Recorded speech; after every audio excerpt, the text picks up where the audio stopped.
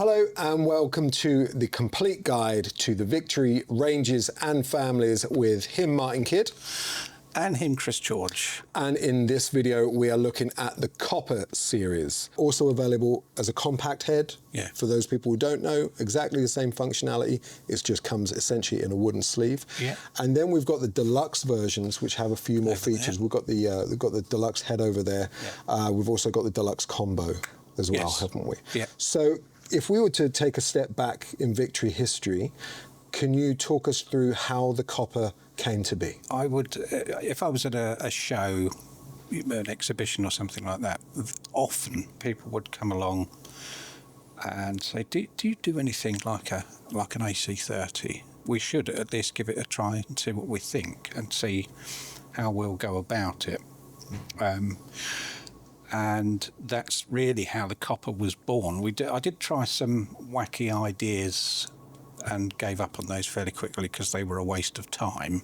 But we came up with the Copper, which was my take on trying to get an AC30 sound that was you could get at all sensible levels rather than the AC30's great sounding amp. Once you're in a position to turn it up loud, and to get it all working. I wanted to come up with a design that you could get that in your bedroom if you wanted to. Yeah, and I just wanted to say quickly that this is much like the other earlier Victory models which are inspired by other amp ranges. This is not a copy. This is your original design based on your approach to that sound and that tone. Yes, it is indeed. I don't like to copy. If we launch an amp, and particularly if people like it, I want to feel that I did that. I don't want to sort of take the credit for someone else's work, essentially, which is what you'd be doing.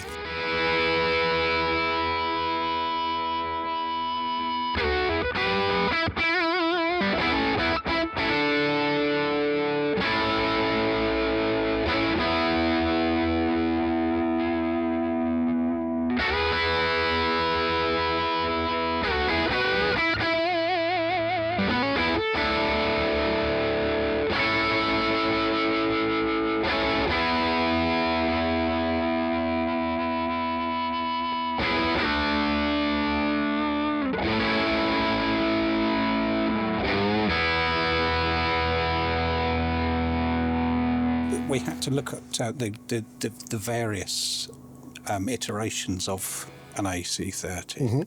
So you would get some had reverb, some there was the vibe trem, sort of harmonic tremolo that they had, which I thought was a bit limited personally. So just all of these things, you look at try and include all of those, or as many as you can fit in. We were limited with space on the compact and the lunchbox, but on the Deluxe version we could fit tremolo as well. Sure.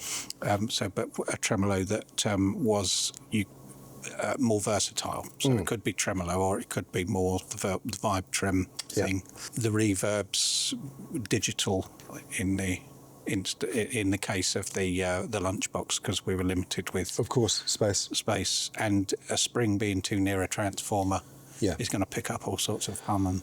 Absolutely. So let's talk about the features then. So on the lunchbox and the compact head, it's essentially a one-channel amp, but along with an EQ section, you've also got a tone control, haven't you? Yes. So how do they work in conjunction with each other?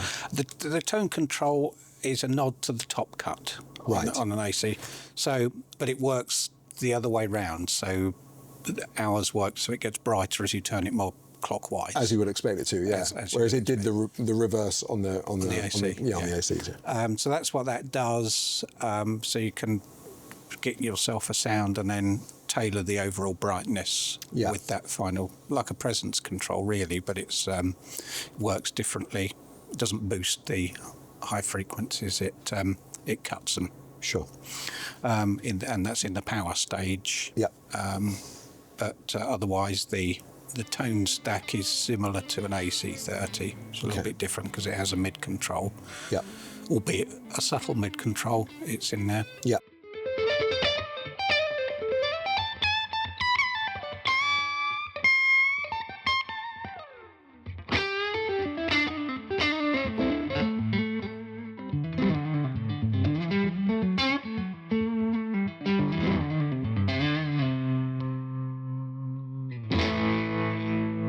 So what valves did you put in this?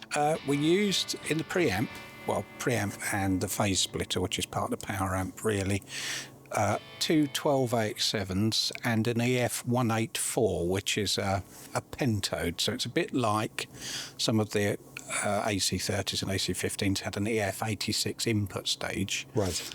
I've used an EF184 as a cathode follower to drive the tone stack. Okay.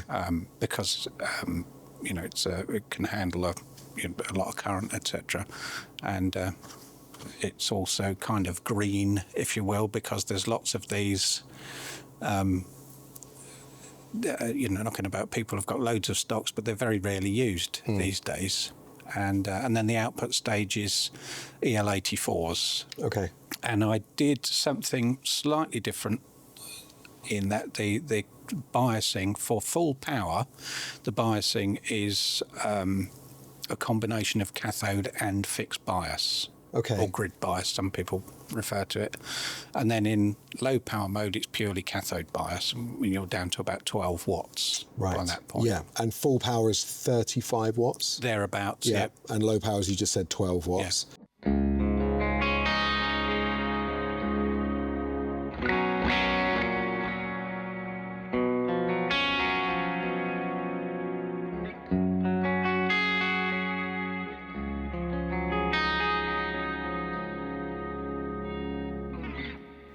There's a couple of interesting features on the copper which we should talk about. I just want to get your take as to what they're doing in terms of the affecting the tone stack. The bass cut switch and the mid boost switch. Yeah, the bass cut, my early experience of AC30s, they were quite bright sounding when the volume was low. Yeah.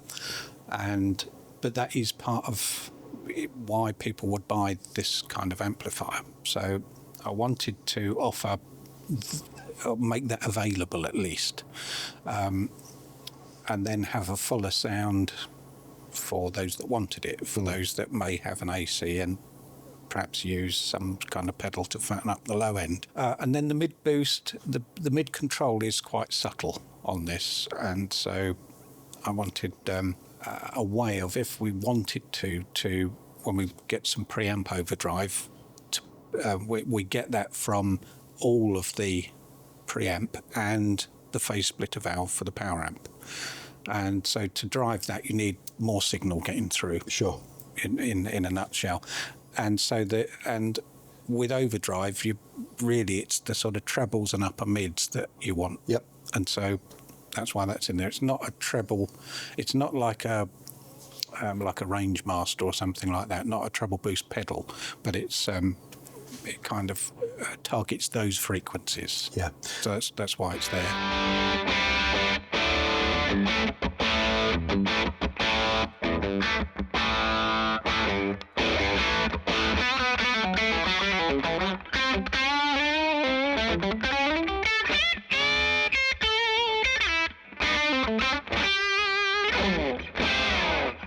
So that's everything we've spoken about so far, lunchbox and the compact head, but most of that does apply to the Deluxe coppers as well. Yeah. But the variants with the Deluxe versions are, as you touched on earlier, this time you've got spring reverb.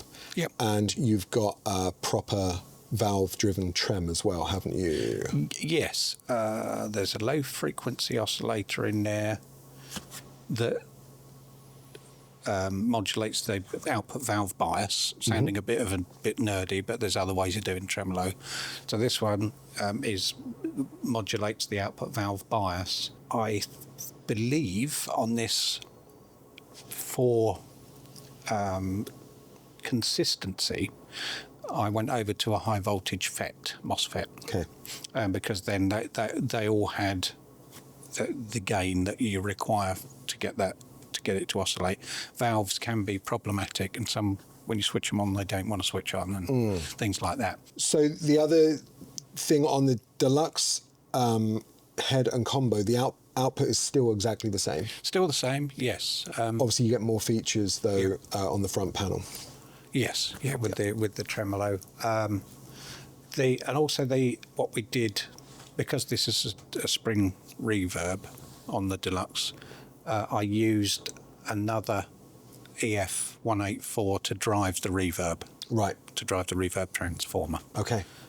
So that we're being even more green, as it were. Yeah, absolutely.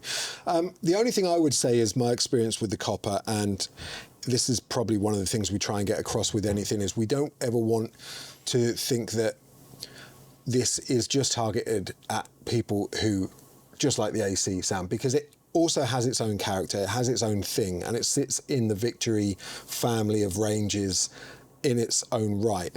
I would just say, if you are after that sort of drivey single channel, full of rich harmonic content when you're playing it, then it's well worth checking out the copper, isn't it? Definitely, yes. As with a lot of my experience of vintage amps, which are very highly thought of, etc., one of the things I began to notice early on in my quest was that a lot of these are not very versatile. They do one thing very well. Yeah. They're probably not even designed to do that one thing. It's just how that's what there was. You know, that was the equipment available back in the day. And so people would say, oh yeah, I like this. And if you turn it up loud, it's, you know, you get this great sound. But sometimes that's all it could do. We always try and build versatility into what we're doing. Absolutely. And modern features like effects loops and, you know, things along those lines that just are expected, I think, these days. Yeah, and I think that's typical Victory, isn't it? You know, sort of combining all the modern day stuff, and also when you look at the lunchbox and the small package and powerful and loud enough to go out and gig with. Yeah. Worth mentioning, obviously, you know, you can foot switch the effects loop and the reverb, caters for all the usual 16 8-ohm speaker outs, and made in the UK like every other Victory product is. Indeed. And that is us. That is the complete guide to the Victory Copper series. And for more information, head to your local Victory dealer.